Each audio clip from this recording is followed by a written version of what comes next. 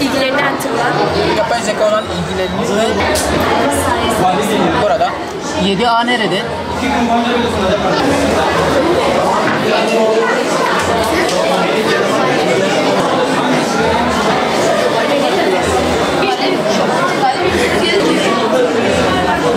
Bağlantı kopuyor orada bende.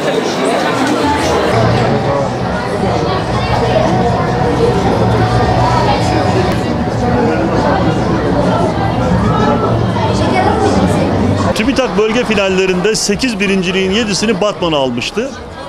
Bu başarı nereden geliyor sorusunun cevaplarından bir tanesi burada. Yani bizim okullarımız pek çok okulumuzu aynı anda teknolojiyle iç içe ve teknolojiyi en iyi şekilde kullanan projeleri hayata geçiriyor. Bugün burada da yapmış olduğumuz bu iş bizim okullarımızı topluca kendi geliştirmiş oldukları, uygulamış oldukları projeleri burada sergilemek. Çok değişik okullardan çok güzel fikirler, çok güzel projeler ortaya çıkmış durumda.